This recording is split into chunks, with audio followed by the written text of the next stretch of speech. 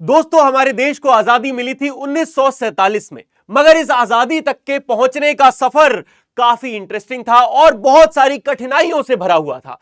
आज हम पढ़ने वाले हैं एक ऐतिहासिक चैप्टर, पूरी क्लास 8th हिस्ट्री का सबसे ज्यादा इंटरेस्टिंग चैप्टर। नमस्कार दोस्तों, मेरा नाम है आदित्य कौशिक, आप लोग प्यार से मुझे बुलाते हैं आदि भैया। एंड आज हम पढ़ने वाले हैं the legendary chapter, the making of the national movement 1870 to 1947। ये चैप्टर हमें सिखाता है दोस्तों कि हमारे देश को आजादी आखिर कैसे मिली।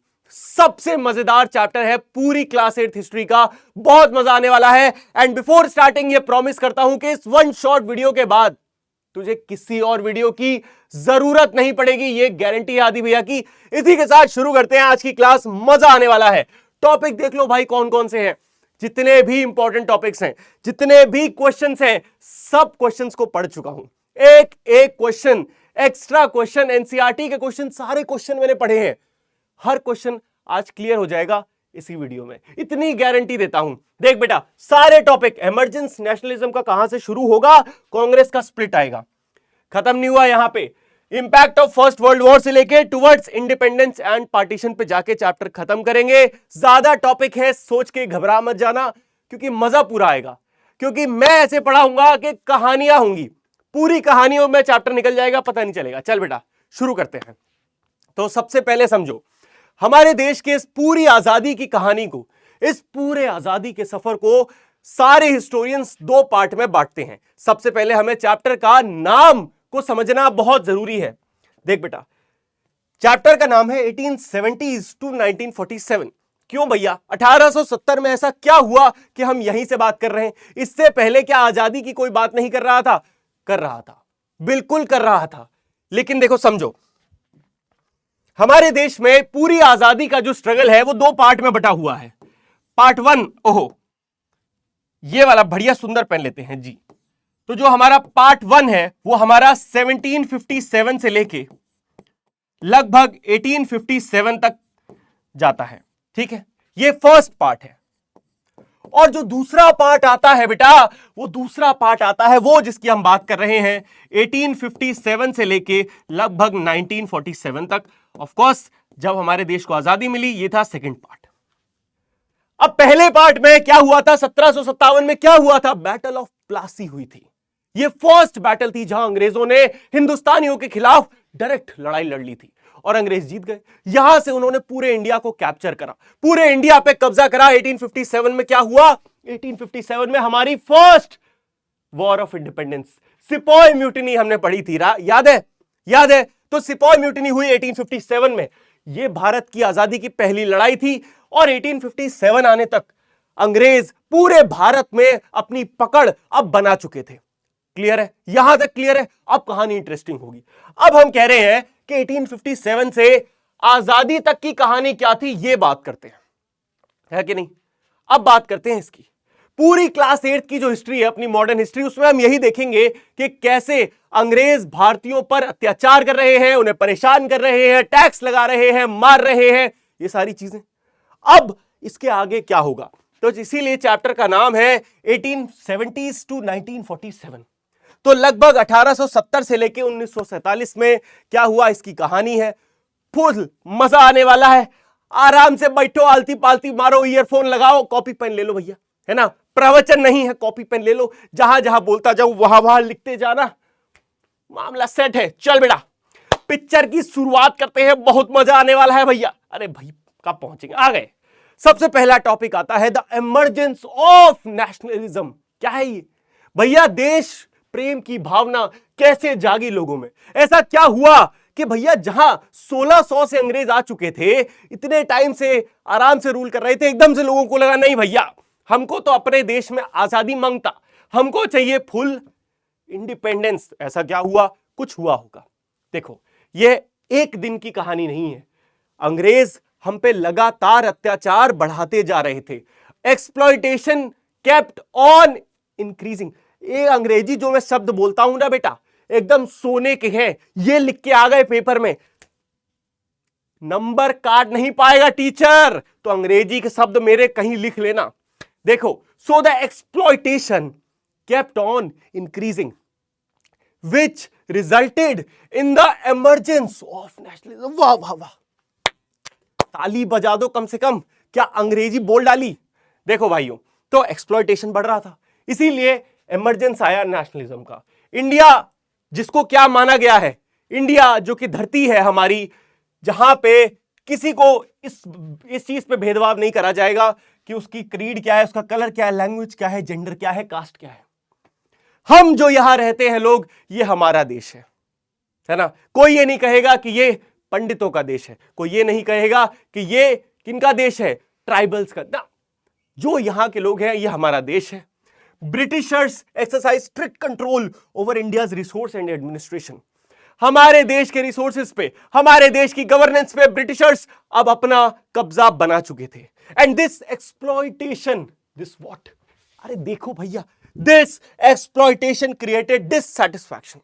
अब लोग हो गए परेशान, हताश, निराश, और लोगों को अब चाहिए थी आजादी। क्या चाहिए? आजादी। और आजादी कैसे मिलेगी?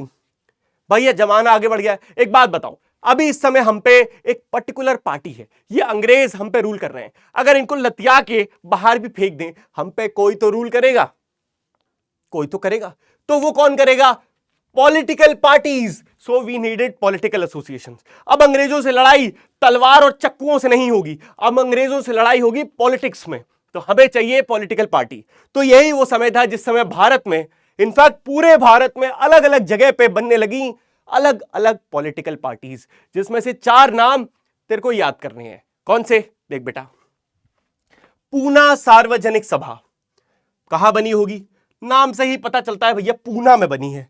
दूसरी इंडियन एसोसिएशन, फिर मद्रास महाजन सभा, फिर बॉम्बे प्रेसिडेंसी। ये 4 नाम है सबसे इंपॉर्टेंट।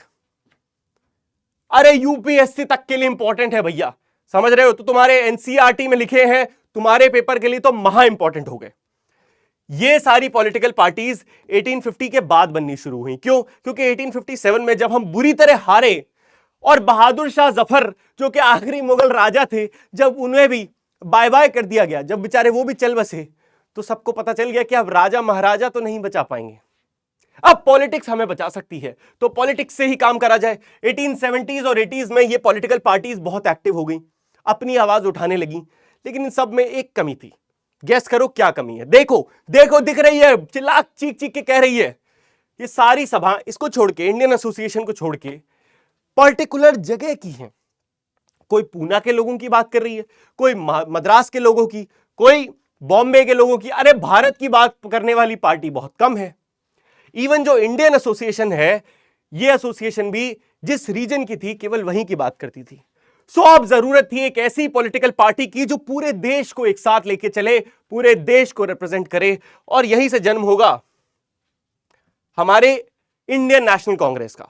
लेकिन उससे पहले हमें यह समझना होगा कि ऐसा क्या हुआ, ऐसा क्या इंसिडेंट हुआ जिससे पॉलिटिकल पार्टी में जरूरत लगी कि हां, हमें एक नेशनल पार्टी चाहिए। वो ध्यान से सुनो, कहानी अब आती है अगला फेज पे। अभी तक आपको पता है एक्सप्लॉयटेशन चल रहा है, चल रहा है, चल रहा है, चल रहा है, चल रहा है। लेकिन अब कुछ ऐसा होगा जो एक क्या बनेगा? कैटलिस्ट बनेगा। आय हाय, अंग्रेजी देखो भाइयों, एक कैटलिस्ट बनेगा जिससे आपकी एक इंडियन नेशनल कांग्रेस का जन्म होगा। ध्यान से सुनो, repressive British policies. 1870s 80s के समय पे ब्रिटिशर्स ने कुछ ऐसी 2 पॉलिसी लेके आ गए, ऐसी 2 पॉलिसीज लेके आ गए जिससे पूरे देश को ये पता चल गया कि अब लड़ाई सीरियस है। पहली आई आर्म्स एक्ट 1878। आर्म्स एक्ट ये कहता था कि अब कोई भी भारतीय गन्स, गोला बारूद नहीं रख सकता। नो मैटर व्हाट, आपको क्या सिक्योरिटी चाहिए, आप किस पोजीशन पे हो, अगर आप भारतीय हो, you can not possess a gun. This was sad. Second was और ज्यादा दुखी करने वाला, वर्नाकुलर प्रेस एक्ट। यह सिंपल बात थी कि अगर भारत में किसी ने भी ब्रिटिश सरकार के खिलाफ एक शब्द भी न्यूज़पेपर में छाप दिया, तो सरकार के पास पूरा अधिकार है कि वो जाए और इस पूरे की पूरी प्रिंटिंग प्रेस को बंद कर दे, पूरी प्रिंटिंग प्रेस को ही बंद कर दे, कोई वार्निंग नहीं, कुछ नहीं। सो ये pass to suppress the Indian newspapers critical of the Britishers. यहां पे जो शब्द है बेटा क्रिटिकल, ये बताता है कि वो न्यूज़पेपर की बात हो रही है जो अंग्रेजी सत्ता के खिलाफ एक शब्द भी लिखते थे। क्लियर हो रहा है? मजा आ रहा है? अब सुनो आगे। ये जब लॉ पास हुए, इससे लोगों को पता चल गया कि भैया कुछ दिक्कत है और अब हमें चाहिए एक ऐसी पार्टी जो पूरे देश को नेशनल लेवल पर रिप्रेजेंट करने लायक हो। तो यहां पे एक अंग्रेज व्यक्ति, एक रिटायर्ड ब्रिटिश ऑफिसर जिनका नाम था A.O. ह्यूम, है ना? क्या नाम था? A.O. ह्यूम। इन्होंने इसमें हेल्प करी और इन्होंने हेल्प करी बनाने में the Indian National Congress. Indian National Congress का जन्म हुआ दिसंबर 1885 में। दिसंबर 1885 में कहां पे? बॉम्बे में हुआ।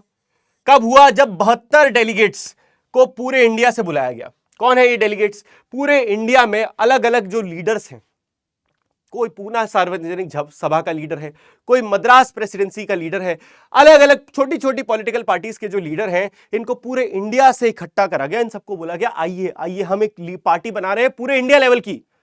तो 72 डेलीगेट्स आए, वो मिले और उन सब लोगों ने मिलकर बनाई द इंडियन नेशनल कांग्रेस। कब बनाई? दिसंबर में 1885। अभी भी दिसंबर चल रहा है जब मैं वीडियो रिकॉर्ड कर रहा हूं। तो भैया आप कमेंट करके बताओ कि कितने साल हो गए, कितने साल हो गए इंडियन नेशनल कांग्रेस को बने हुए। देखते हैं सबकी किसकी मैथ सबसे तेज है। चलो भैया अब देखो अर्ली लीडर्स कौन कौन से थे। Dadabhai Naoroji, WC Banerjee, Badruddin Tyabji, Surendranath Banerjee, Romesh Chandra Dutt and others. इसमें से एक नाम जो तुम्हें याद रखना है वो ये है कि अगर कहीं पे भी आपसे सवाल पूछा जाए कि भैया कौन है, who was the founder of the Indian National Congress, so you will say the founder was WC Banerjee, Womesh Chandra Banerjee. ठीक है, यह नाम था। और ये बाकी भी जो लोग हैं ना, अभी हम वापस आएंगे, कुछ ऐसी कहानी में ट्विस्ट आएगा कि हमें वापस आना पड़ेगा इन्हीं नामों पे। देखो कहानी को आगे बढ़ाते हैं। अब इंडियन नेशनल कांग्रेस बन गई है, सब तैयार हो गया है। अब इंडियन नेशनल कांग्रेस काम करना शुरू करती है। कैसे काम करेगी? प्यार से। अंग्रेजों प्लीज हमारी बात मान लो, ऐसे काम करेगी। देखिए पहले 20 साल तक Congress for moderate in nature. Moderate मतलब नरम, प्यार से, फॉर्मेलिटीज से। इनका टारगेट था कि भैया अंग्रेज जो है ना, अंग्रेज ये बहुत अच्छे लोग हैं। ये लोग इक्वालिटी, लिबर्टी, फ्रेटर्निटी, फ्रीडम, इन सब की बातें करते हैं अपने देश में, तो हमारे लिए भी तो मानेंगे ना, हमारी बात भी तो मानेंगे। अगर हम इनसे लीगली बैटल करेंगे तो ये पक्का हमको आजादी दे देंगे, ऐसा मानते थे। लेकिन यही उनकी सबसे बड़ी गलती भी साबित होती है। अब ध्यान से देखिए, कुछ ऐसे मेथड्स थे जैसे कि पिटिशन करना, मीटिंग्स करना, डिस्कशंस करना, यही उनके कॉमन थे। क्या करेंगे? लॉयर्स हैं, जाके पिटिशन कर देंगे, प्रेयर करेंगे, please please come on please guys, फिर मीटिंग करेंगे, ऐसी चीजें करते थे। इनकी जो डिमांड्स थी, focused on Indian participation in administration.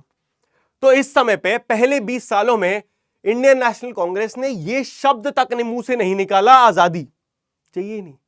उन्होंने क्या बोला?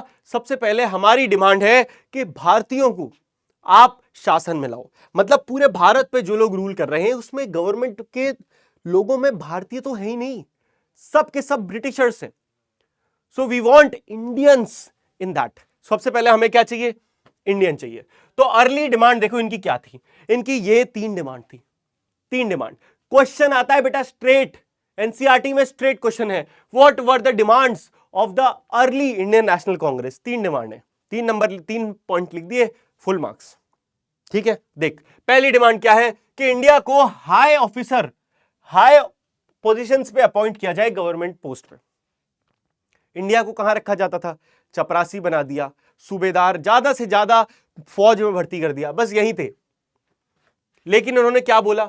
इन्होंने बोला कि भैया इंडियंस को आप थोड़ी बड़ी पोस्ट पे भी तो रखो, ताकि कोई तो इंडियंस को रिप्रेजेंट कर पाए।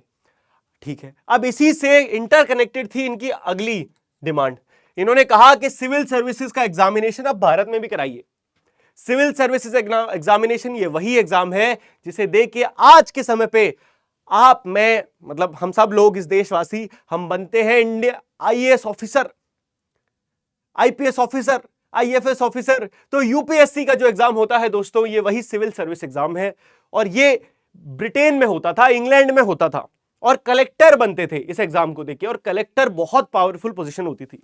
तो उन्होंने कहा भाई वहां कराते हो और वहां से कलेक्टर को यहां पोस्टिंग देते हो, ब्रिटेन से बंदा यहां आके लीड करता है, उसको क्या पता यहां के लोगों के बारे में, इससे बेहतर है आप यहां एग्जाम कराओ। एक भारतीय कलेक्टर बनेगा, उसको पता होगा कि एक शहर को कैसे चलाना है। तो ये थी दूसरी। तीसरी डिमांड थी कि कांग्रेस ने ऐसे इश्यूज उठाए कि भैया आप इतना टैक्सेशन हैवी लगा रहे हो, गरीबी इतनी बढ़ रही है, पैसा आपका खत्म होता जा रहा है, आप वॉर में सारा पैसा लगाए जा रहे हो, तो ये चीजें गलत है। ऐसी डिमांड्स रखी, ठीक है। हाँ भाई, अब देखो, अब 20 साल ऐसे हो गए, अंग्रेज इनकी बात सुनते थे और कहते थे बिल्कुल बिल्कुल बेटा आपकी बात ठीक है, आपकी बात मानेंगे, कल आना। अच्छा आज भी आ गए, एक काम करो अभी मैं लंच पे जा रहा हूं, 5 दिन बाद आना। ऐसे कर करके इनका 20 साल कट गए और कुछ भी हुआ नहीं। तो अब इसी इंडियन नेशनल कांग्रेस के बीच में जन्म होता है कुछ उग्रवादी लोगों का, अंग्रेजी में बोले तो रैडिकल लोगों का। वो लोग जो ज्यादा सिंपल सीधा नहीं सोचते, मतलब ज्यादा फॉर्मेलिटी नहीं कर पाते थे, बोलते थे साफ बात करेंगे, काहे को हम इन पे डिपेंड रहे, हम भैया सीधा बोलेंगे। इसे कहते हैं रैडिकल अप्रोच, है ना, रैडिकल अप्रोच। 1890s में कई लीडर्स ने क्रिटिसाइज करना शुरू कर दिया। उन्होंने कहा कि भैया ये जो इंडियन नेशनल कांग्रेस इस समय काम कर रही है बिल्कुल गंदा तरीका है, हमको नहीं समझ में आ रहा है, हमको थोड़ा अलग तरीका चाहिए, स्ट्रेट फॉरवर्ड बात करो, आजादी चाहिए, आजादी, है ना, ये सब हमें नहीं चाहिए इधर उधर की चीजें कि हमें कलेक्टर बना दो, ना ना भैया हमारा देश है, हम जो चाहे बन जाएंगे, आप पहले निकलो यहां से। ये 3 नाम आते हैं यहां पे, आप सब ने नाम सुना होगा दोस्तों, लाल बाल पाल का, है ना, लाल बाल पाल का नाम सुना है आप लोगों ने। लाल से मतलब लाला लाजपत राय, बाल से मतलब बाल गंगाधर तिलक, और पाल से मतलब बिपिन चंद्र पाल। दोस्तों ये 3 थे अर्ली लीडर्स जो अलग सोच रखते थे। ये इंडियन नेशनल कांग्रेस का पार्ट थे, लेकिन इनकी सोच बिल्कुल अलग थी। ये कहते थे भैया प्रेयर पिटिशन करने से कुछ नहीं मिलेगा, हमें खुद जाके उनसे बात करनी होगी और साफ बात करनी होगी, साफ बोलो आजादी चाहिए भैया, निकलो हमारे देश से, जो होगा देख लेंगे, लड़ाई करनी होगी लड़ लेंगे, जंग करनी होगी जंग कर लेंगे, लेकिन ऐसे प्यार मोहब्बत से कुछ नहीं होना। यही वो समय था जब आप सोचिए बाल गंगाधर तिलक ने एक नारा दिया, एक ऐसा नारा जिसने लोगों के अंदर एक नया जोश उठाया, जिसने लोगों के रोंगटे खड़े कर दिए, आज तक रोंगटे खड़े करता है। क्या है कि आजादी मेरा जन्म सिद्ध अधिकार है और मैं इसे लेकर रहूंगा। क्या है, आजादी ये मेरा जन्म सिद्ध अधिकार है और मैं इसे लेकर रहूंगा, तुम चाहे जो कर लो। और ये सुन के हिंदुस्तानियों के अंदर एक आग जग गई थी, एक आग अब जग चुकी थी इनके अंदर। अब होता है बंगाल का पार्टीशन। यहां पे आपको दिख रहा है कि अभी आप सोचो ये कांग्रेस है, ये कांग्रेस चल रही है साथ में, लेकिन अब क्या हो रहा है, कांग्रेस के रास्ते 2 तरफ बट रहे हैं। एक तरफ कौन है, मॉडरेट्स हैं, वो लोग जो प्रेयर पिटिशन करते रहते हैं, है ना, पीपी प्रेयर पिटिशन यही सब करते रहते हैं, डिस्कशंस। और वहीं पे दूसरी तरफ रेडिकल्स हैं, है ना, जिनको हम, एक तरफ है मॉडरेट्स और एक तरफ है एक्सट्रीमिस्ट जो थोड़ा एक्सट्रीम बात कर रहे हैं, लाल बाल पाल, ये 2 रास्ते बट रहे हैं। इसी के बीच में होता है एक ऐसा इंसिडेंट जो कि अब ये डिस्टेंस को ऐसे कर देगा, मतलब इनके रास्ते बिल्कुल अलग हो जाएंगे। क्या हुआ, अब देखो, इस समय भारत के वाइसरॉय थे लॉर्ड कर्जन, और लॉर्ड कर्जन ने पता है क्या करा, इन्हें पता था कि हिंदुस्तान और पाकिस्तान यानी कि हिंदू और मुस्लिम इस देश का सबसे बड़ा आपस में हमारे लिए सेंसिटिव पॉइंट है, इनको लड़वा देते हैं। इन्होंने क्या करा, बंगाल जो कि पूरे भारत का सबसे शानदार एरिया उस समय माना जाता था, क्योंकि बंगाल से बहुत सारे ऐसे लोग जो बहुत अच्छे राइटर हैं, बहुत अच्छे लॉयर हैं, ये सब निकल रहे थे, क्योंकि Bengal was a rich area. Bengal में उस समय, इस समय का उड़ीसा, झारखंड, बिहार, उत्तर प्रदेश के बहुत सारे रीजन्स बंगाल में ही आते थे। तो अब इन्होंने कहा बंगाल बहुत अच्छा होता जा रहा है, कुछ ऐसा करो कि बंगाल में दंगे वंगे भड़क जाएं, पार्टीशन कर देते हैं, बंगाल को बांट देते हैं। इन्होंने क्या करा, लॉर्ड कर्जन ने बंगाल का पार्टीशन कर दिया 1905 में। पार्टीशन करा तो इसी से हमें मिला ईस्ट बंगाल और वेस्ट बंगाल। अच्छा अब आप कमेंट में मुझे फट से ये बताओ कि वेस्ट बंगाल था आज तक भारत में, वेस्ट बंगाल भारत में सबको पता है, ये ईस्ट बंगाल कहां गया, क्या कहां गया ईस्ट बंगाल, बताया नहीं बता पाए तो मैं बता देता हूं, बांग्लादेश। आज के समय पे ये ईस्ट बंगाल बांग्लादेश बन चुका है, और पहले, इससे पहले इसका दूसरा नाम था ईस्ट पाकिस्तान। तो पहले ये क्या था, पहले ये, अच्छा इस तरफ है देखो, ये चीज समझना, ईस्ट वेस्ट नॉर्थ साउथ, इधर है आपका बांग्लादेश, इधर है पाकिस्तान, ये दोनों पाकिस्तान थे पहले, ये था ईस्ट पाकिस्तान, ये था वेस्ट पाकिस्तान, ऐसे पाकिस्तान अलग बटेगा, कैसे बटेगा ये भी देखेंगे, मजा आएगा, मजेदार कहानी है, ठीक है। चलो समझ में आ गया बांग्लादेश, अब पार्टीशन हो गया है, इस पार्टीशन से क्या हुआ, दंगे भड़के, लोग पहले तो लोग आपस में लड़ाई झगड़ा करने लगे, है ना, लोगों के आपस में लड़ाई होने लगी, क्यों होने लगी, क्योंकि वेस्ट बंगाल के लोग, ईस्ट बंगाल के लोग अब अलग अलग जगह हो गए थे, कोई यहां से यहां जा रहा है, कोई यहां से यहां जा रहा है, लोगों की जमीनें छिन गई, लोगों के बिजनेस खत्म हो गए, तो भाई पूरा केओस मच गया। लेकिन अब जो लीडर्स थे, अब जो इंडियन नेशनल कांग्रेस के लीडर्स थे, उनके रास्ते अब अलग होने वाले थे, उन्हें पता था कि अब ये जो इन्होंने स्टेप ले लिया है, इसके बाद हम चुप तो नहीं बैठने वाले, और यहां पे शुरू हो जाता है स्वदेशी मूवमेंट। क्या होता है, स्वदेशी मूवमेंट शुरू होता है कि भैया अब अंग्रेजों का सामान छोड़ो, स्वदेशी अपनाओ, अपनी खुद की एजुकेशन, अपनी खुद के देश का कपड़ा, अपने खुद के देश का खाना, ये यूज करो, अंग्रेजों का दिया हुआ क्यों यूज कर रहे हैं, तो use of Indian goods, national education, Indian industries और लैंग्वेजेस, इन पे फोकस करो, क्या हम भी अंग्रेज बनते जा रहे हैं, ये था स्वदेशी मूवमेंट, ठीक है।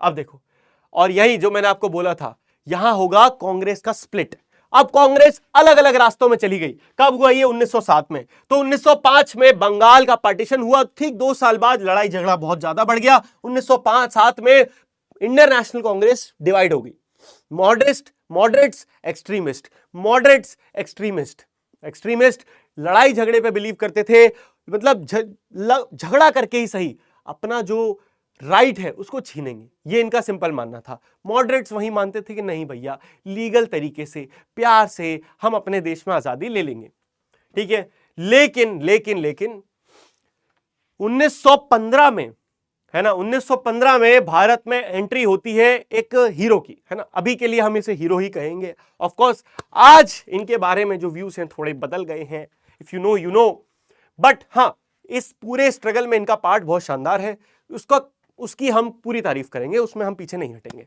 तो एक हीरो की एंट्री हो चुकी थी यहां पे, उसका नाम अभी तक सीक्रेट है, आप लोग कमेंट करके बताना।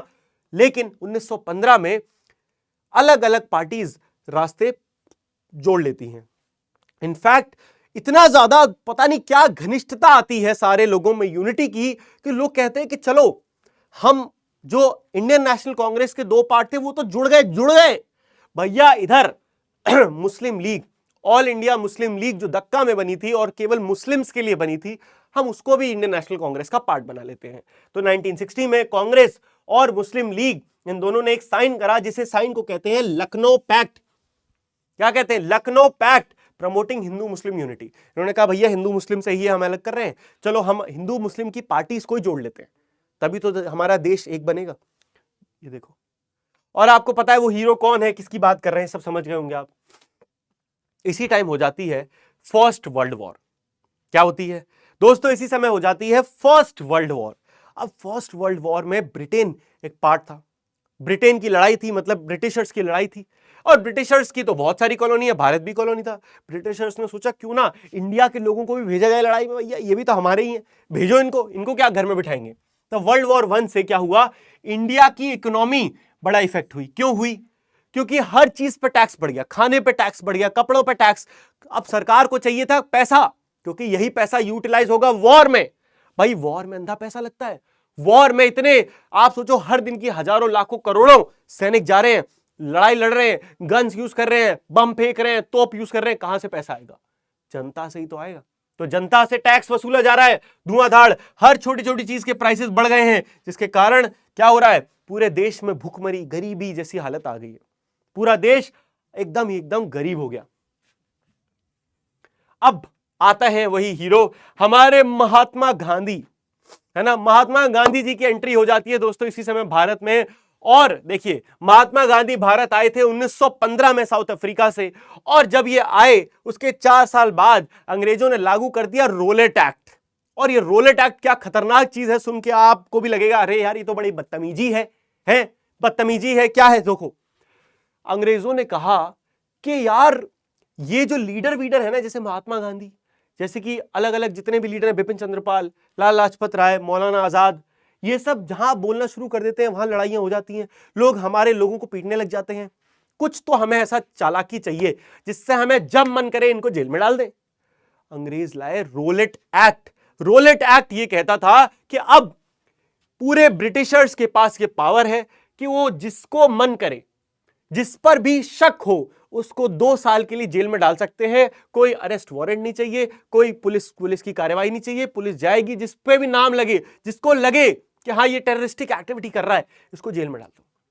अब आप इमेजिन करो ये क्या है। इसने हमारे देश से जितने भी लीगल राइट्स से सब छीन लिए। अगर हम अंग्रेजों से एक ही चीज पे तो लड़ पा रहे थे कि ये तो अधिकार है भाई, बोल नहीं सकते हैं, बोले ना हम। ऑलरेडी उन्होंने प्रेस एक्ट लागू कर दिया था कि अब कोई भी अंग्रेजों के खिलाफ न्यूज़पेपर नहीं छाप सकता है। अब कह रहे हैं कि नहीं, बोल भी नहीं सकता, बोला तो जेल में डाल देंगे। ये बात से सबसे पहले गांधी जी यहां पे उन्होंने कहा कि भैया अब मैं आ गया हूं ना, अब देख अपन को क्या करेगा। इन्होंने सबसे पहले सारी पार्टीज को यूनाइट करा, ऑल इंडिया कांग्रेस का पार्ट बन गए। ठीक है, अब इन्होंने इंडियन कांग्रेस पे ये लीड करने लगे और इन्होंने बोला कि हम सबसे पहले रोलेट एक्ट को हम अपोज करते हैं। कैसे करेंगे देखो, इन्होंने रोलेट सत्याग्रह लॉन्च करा। क्या करा? सत्याग्रह। सत्याग्रह क्या है? Peaceful protest. हम मारेंगे नहीं किसी को, लेकिन हम प्रोटेस्ट करेंगे कि हम धरने पे बैठ गए। और यह बात सुन के पहली बार पूरा देश इनके साथ खड़ा हो गया कि चलो ठीक है, धरने पे बैठ के देखते हैं। अब बैठ गए और धरने पे बैठने से पूरे भारत के जितने धंधे थे सब बंद हो गए और यहां पर अंग्रेजों को एक बहुत बड़ा झटका लगा। तो आखिरकार उन्हें रोलेट एक्ट को समय चलते ही क्या करना पड़ा? कॉल ऑफ करना पड़ा, हटाना पड़ा उन्हें रोलेट एक्ट को। तो इसी रोलेट एक्ट के चलते जो गांधी जी थे वो बहुत ज्यादा पॉपुलैरिटी गेन कर चुके थे। अब ब्रिटिशर्स एक और बदतमीजी कर देते हैं। ये रोलेट एक्ट चल ही रहा है, आपको पता है रोलेट एक्ट चल रहा है। रोलेट एक्ट में क्या है? जिसको चाहे पकड़ के जेल में डाल दो। रोलेट एक्ट में ही क्या होता है? 13 अप्रैल 1919 को भारत का ब्लैक डे हो जाता है। 13 अप्रैल 1919 को बैसाखी का दिन था। बैसाखी के दिन पीसफुल एक गैदरिंग हो रही थी। जलियांवाला बाग एक बाग था, उस बाग में, ये दोस्तों एक ऐसा बाग है जो चारों तरफ से बड़ी दीवार से बंद है। ठीक है, बड़ी दीवार से बंद है। यहां बहुत सारे जो पंजाबी लोग हैं, आसपास के लोग हैं, ये पीसफुल प्रोटेस्ट कर रहे थे, है ना, अपना डिस्कशन कर रहे थे, हड़ताल कर रहे थे कि हम खाना नहीं खाएंगे। अपना पीसफुल है यार, खाना नहीं खा रहे, ये क्या है, इसमें क्या है? जनरल डायर ने क्या करा? इन्होंने पहले से ही अलग मद्रास से इन्होंने फौज बुला ली। इन्हें पहले ही पता थी बात। इन्होंने सोचा था कि इनको कीड़े मकोड़ों की तरह मारूंगा। इन्होंने गेट करे बंद, अपनी 11-12 फौजियों के साथ गोलियों से लगातार बच्चे, औरतें, आदमी, बूढ़े, सबको गोलियों से जानवरों की तरह मार डाला। मतलब जानवरों को भी कोई ऐसे नहीं मारता है ना। इसके ऊपर दोस्तों रिसेंटली मैंने एक मूवी भी देखी थी, आप लोग बताना अगर आपने देखी है कि नहीं। तो मूवी है दोस्तों केसरी 2। ठीक है भाई, केसरी 2 ओपी लिख दो एक बार कमेंट में और देख लेना एक बार, अच्छी मूवी है। आप पूरा जलियांवाला बाग मैसेकर को समझ पाओगे कि कैसे हुआ था, क्या हुआ था। इस मैसेकर ने पूरे भारत को झिझोड़ के रख दिया था। अब पूरा भारत बहुत ज्यादा गुस्सा था, सबके अंदर एक नाराजगी थी अंग्रेजों के खिलाफ कि ये तो अता है भाई, ये तो आपने हद पार कर दी है, लिमिट क्रॉस है। अब क्या आप इंसान भी नहीं समझते हो भारतीय लोगों को?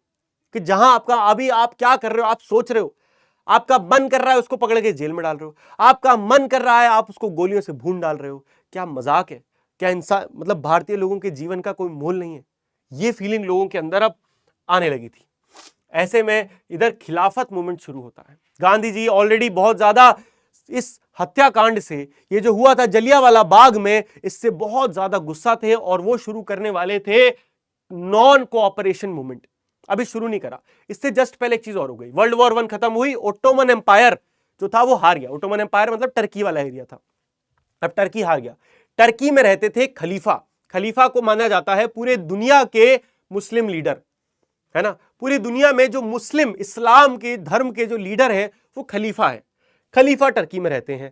अब क्योंकि ओटोमन एम्पायर हार गया टर्की में, खलीफा को अब ये ब्रिटिशर्स जीत गए हैं। ब्रिटिशर्स खलीफा को हटाने वाले थे। ब्रिटिशर्स ने कहा हम खलीफा को ही हटा देंगे, है ना, पूरी दुनिया से इस्लाम धर्म के खलीफा को हटा देंगे। अब पूरी दुनिया के जितने भी इस्लाम धर्म के लोग थे उन्हें यह महसूस हुआ कि अगर खलीफा हट गए तो हमारा धर्म खतरे में है। तो पूरे दुनिया में अलग अलग जगह आवाज उठने लगी। भारत में भी इसके खिलाफ आवाज उठी, जिसको किसने शुरू किया? दोनों, शौकत अली और देखो, मोहम्मद अली और शौकत अली, इन दोनों ने इसके खिलाफ आवाज उठाई और शुरू किया खिलाफत मूवमेंट। खिलाफत मूवमेंट जो था ये किसके खिलाफ था? खलीफा को हटाने के लिए। ये समझ में आ गया? खलीफा टर्की में बैठे हैं, है ना, ये अलग चीज के लिए लड़ाई कर रहे हैं, इन्हें आजादी नहीं, ये अपना अलग लड़ाई, क्या हमें इस्लाम धर्म को बचाना है, ये इसके लिए लड़ाई कर रहे हैं। इस चीज को सपोर्ट करा गांधी जी ने। गांधी जी ने कहा कि भैया मैं आपके खिलाफत मूवमेंट को सपोर्ट करता हूं, और क्यों ना हम एक काम करें, मैं शुरू करने वाला हूं नॉन कोऑपरेशन मूवमेंट, और हम खिलाफत मूवमेंट और नॉन कोऑपरेशन मूवमेंट को जोड़ देते हैं और तब बनाएंगे हम एक इंडिया लेवल का मूवमेंट। और नॉन कोऑपरेशन मूवमेंट क्या था? सिंपल, कि हम अंग्रेजों की किसी भी बात को नहीं मानेंगे।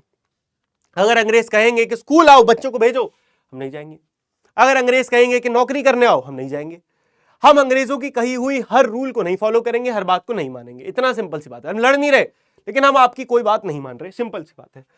तो भैया आप देखो, स्कूल को बॉयकॉट कर दिया गया, बच्चों ने कॉलेज जाना छोड़ दिया, लॉयर्स ने कहा मैं लॉयर नहीं हूं, टाइटल्स छोड़ दिए लोगों ने अपने अपने, ठीक है, और विदेशी हर सामान को त्यागना शुरू कर दिया। इससे क्या होता है? त्यागने से होता क्या है? इससे क्या होता है? अंग्रेजों को हैवी लॉस। अंग्रेज क्या कर रहे हैं? भारत में सामान बेच बेच के ही तो पैसा भेज रहे हैं इंग्लैंड। अब भारत में सामान ही नहीं बिकेगा तो पैसा कहां से जाएगा? इसीलिए अंग्रेजों को इनकी बात माननी पड़ती है। अब देखो, पीपल्स पार्टिसिपेशन, लोगों ने अलग अलग जगह से इसमें पार्टिसिपेट करना शुरू किया। जैसे कि खेड़ा डिस्ट्रिक्ट में, खेड़ा में जो पीजेंट्स थे उन्होंने प्रोटेस्ट करा हाई लैंड रेवेन्यू के लिए। अब आप सोचो, non cooperation movement Gandhi ji ने क्यों शुरू करा? गांधी जी ने शुरू करा क्योंकि उन्हें खराब लग रहा है अंग्रेजों की बात कि उन्होंने जो हत्याकांड करा है अमृतसर में। इधर खलीफा को हटाने के लिए जो मोहम्मद अली शौकत अली लड़ रहे हैं खिलाफत मूवमेंट। लेकिन अब सोचो, बेचारे भारत के लोगों को पता है कि एक मूवमेंट चल रहा है अंग्रेजों के खिलाफ, वो बेचारे अपनी प्रॉब्लम्स को लेके सामने आए। जैसे ये बेचारे खेड़ा डिस्ट्रिक्ट के जो पीजेंट्स थे, ये सामने आए अपनी प्रॉब्लम लेके। इन्होंने कहा कि यार हमसे लैंड रेवेन्यू 50% लिया जा रहा है, हम 100 रुपए उगा रहे हैं साल के, उसमें से 60 रुपए 50 रुपए तो ये ले जा रहे हैं, हम खाएं क्या? ये इस पे है। जो ट्राइबल्स थे, है ना भैया, जो ट्राइबल्स थे उन्होंने फॉरेस्ट सत्याग्रह करे। क्यों? क्योंकि ये अंग्रेज कह रहे थे कि अब ये जो ट्राइबल लोग हैं जो जंगल में रहते हैं, अब आप अपने जानवरों को जंगल में नहीं ले जा सकते, कहां लेके जाएं? आसमान में है। ये बेचारे अलग परेशान है, इन्होंने प्रोटेस्ट करना शुरू किया। अब गांधी जी ने तो कहा था कि भैया पीसफुल रहेगा, लेकिन हर जगह पीसफुल नहीं रहा। ये जो ट्राइबल्स थे ये थोड़ा मार पिटाई पे आ गए। ये अंग्रेजों को जहां मिलता था पकड़ के पीट देते थे। वर्कर, स्टूडेंट, ट्रेडर, इन सब ने नॉन कोऑपरेशन मूवमेंट में पार्टिसिपेट करा। और ये नॉन कोऑपरेशन मूवमेंट पहली बार पूरे देश को ऐसा लग रहा था कि हम आजादी के बड़े करीब हैं, आजादी मिलने वाली है, अंग्रेजों की नाक में दम हो चुका है, सब कुछ सही जा रहा है, सब कुछ सही जा रहा है, जा रहा है जा रहा है जा रहा है। और एकदम से गांधी जी ने आके स्पीच दी कि आज से नॉन कोऑपरेशन मूवमेंट बंद होता है।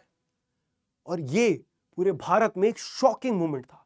क्यों? ऐसा क्या हुआ? क्या हुआ ऐसा? ऐसा हुआ क्योंकि गांधी जी को पता चलता है चौरी चौरा इंसिडेंट के बारे में। गांधी जी ने 1922 में चौरी चौरा इंसिडेंट होते ही नॉन कोऑपरेशन को बंद कर दिया। क्या था ये चौरी चौरा? चौरी चौरा इंसिडेंट ये था दोस्तों कि एक क्षेत्र पड़ता है उत्तर प्रदेश बिहार में, चौरी चौरा, ठीक है।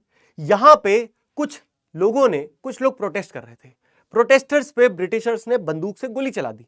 सब नहीं मरे, 1-2 लोग मर गए। इस बात पे वो इतना नाराज हो गए कि उन्होंने पूरे पुलिस चौकी पे, पूरा थाने पे आग लगा दी, जिसमें 22 अंग्रेज मारे गए।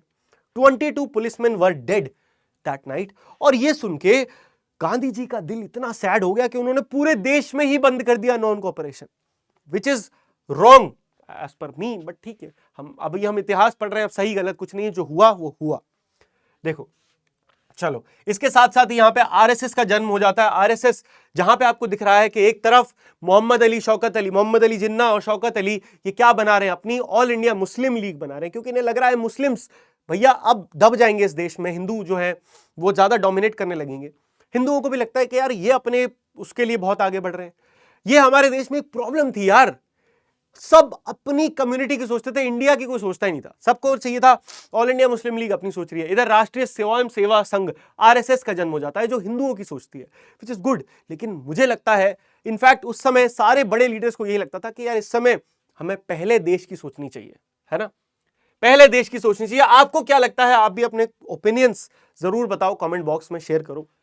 चलो अब देखो, अब कांग्रेस ने पहली बार 1929 में 1929 में पहली बार ये शब्द का इस्तेमाल करा, पूर्ण स्वराज।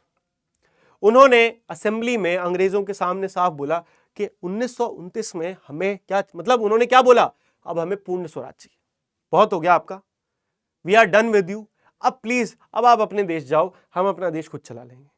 पहली बार यह डिमांड रखी गई। इस डिमांड के बाद शुरू होता है द सिविल डिसोबीडियंस मूवमेंट, क्योंकि अंग्रेज अब क्या कर रहे हैं, अब अंग्रेज फालतू के लॉज ला रहे हैं। अंग्रेज लाए सॉल्ट टैक्स, अंग्रेज कह रहे भैया अब आप नमक नहीं बना सकते, नमक अब आप हमसे खरीदेंगे और हम टैक्स लेंगे नमक पे। दोस्तों इस समय हमारे देश में इतनी गरीबी थी कि देश के बहुत सारे लोग थे जो रात के खाने में केवल 2 रोटी नमक के साथ लगा के खाते थे। नमक हमारे देश में ऐसी सस्ती चीज थी जो हर गरीब से गरीब व्यक्ति भी अफोर्ड कर सकता है, और इस पे भी टैक्स लगाना, गांधी जी ने इसे देखा कि भैया ये तो आप हमसे हमारी फ्रीडम ही छीन ले रहे हो यार। एक अमीर तो चलो अफोर्ड कर लेगा, एक गरीब तो आपने भूखा मार दिया ना, गरीब तो अब नमक पे टैक्स लोगे, नमक शर्म आती है। तो गांधी जी ने शुरू करा सिविल डिसोबीडियंस मूवमेंट, है ना, जहां पे उन्होंने दांडी मार्च करी, साबरमती से लेके दांडी तक पैदल पैदल पैदल पैदल वो निकल पड़े इस सॉल्ट लॉ को तोड़ने के लिए। पूरे भारत से औरतों ने, बच्चों ने, लोगों ने इनका साथ दिया, इनके दांडी मार्च में जुड़ते चले गए। आखिरकार इन्होंने सॉल्ट लॉ को तोड़ दिया, तोड़ देते हैं, ठीक है। और अब आता है the government of India act and the world war 2। देखो गवर्नमेंट ऑफ इंडिया एक्ट आता है 1935 में, बड़ी मजेदार बात है, बड़ी मजेदार। फाइनली अंग्रेजों ने इनकी थोड़ी बात मानी, 1929 में कहा था पूर्ण स्वराज दे दो। 6 साल बाद गवर्नमेंट ने कहा ठीक है चलो पूर्ण तो नहीं दे रहे, लेकिन तुमको हम एक चीज देते हैं, तुमको हम इलेक्शंस में खड़े होने की पावर देते हैं, तो अब भारत के कुछ एरियाज में आप भी अपनी सरकार बना सकते हो, ठीक है। तो समवॉट कुछ रिलीफ हुआ, ठीक है। इंडियंस ने कहा चलो इतना दे दो। 35 के ये सब सही होता है, 37 में इलेक्शंस होते हैं, 37 में इलेक्शंस होते हैं, 11 प्रोविंस होते हैं टोटल, 11 स्टेट समझ लो, 11 स्टेट्स में से 7 स्टेट में इंडियन नेशनल कांग्रेस इलेक्शन जीत जाती है।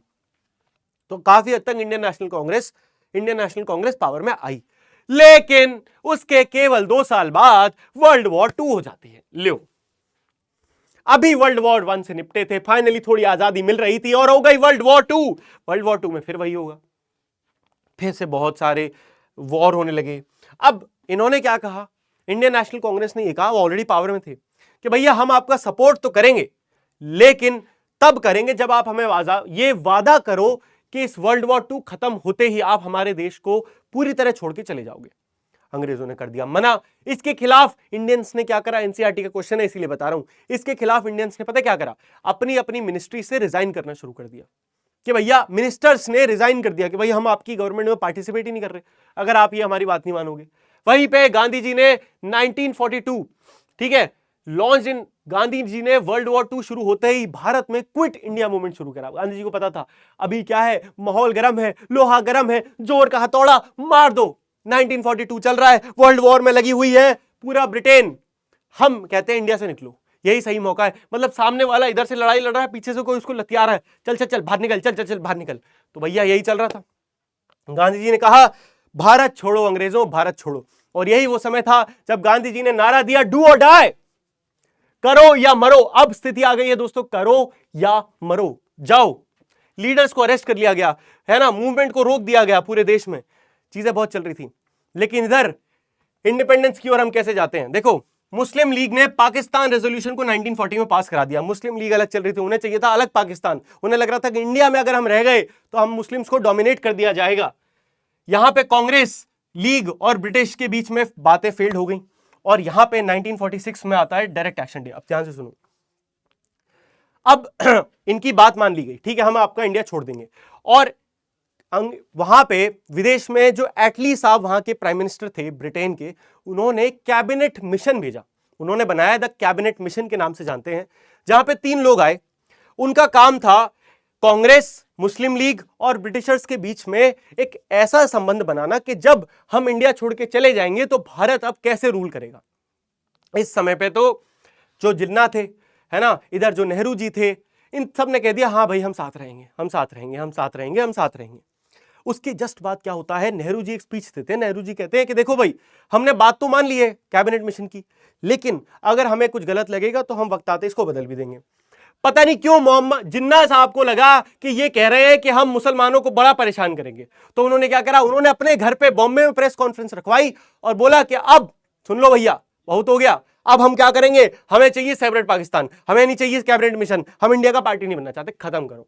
और वो बहुत टाइम तक ये नेगोशिएशन चलते रहे। आखिरकार मोहम्मद अली जिन्ना ने क्या करा, 1946 में 16 अगस्त के दिन लॉन्च कर दिया direct action day. Direct action day मतलब अब भैया दंगे छिड़ गए। कलकत्ता जो एरिया था जहां पे पाकिस्तान था, हमारा दूसरा वाला पुराना वाला पाकिस्तान, वहां पे दंगे हुए, हिंदू और मुस्लिम के बीच में दंगे भड़क गए। डायरेक्ट एक्शन डे मतलब जिन्ना ने कहा कि अब सुनो मत, सारे मुसलमान लग जाओ काम पे, अटैक, अपना खुद देखो। ये प्रवोक कर दिया, प्रवोक हो गए, हिंदू मुस्लिम के बीच में दंगे भड़क गए। इसीलिए फाइनली 1947 में इंडिया और पाकिस्तान को आजाद करना पड़ा, है ना। और 1947 में 14 अगस्त के दिन पाकिस्तान अलग हुआ, 15 अगस्त को भारत आजाद हो गया। ये थी कहानी। कैसी लगी, मजा आया? चलो, आई होप आप लोगों को मजा आया होगा। 40 मिनट हो गई video, but I am pretty sure मजा पूरा आया होगा। खूब जोश से पढ़े। मिलते हैं अगली वीडियो में, तब तक के लिए दोस्तों गुड बाय, टेक केयर, मौज मस्ती करते रहिए, लव यू ऑल एंड जय हिंद।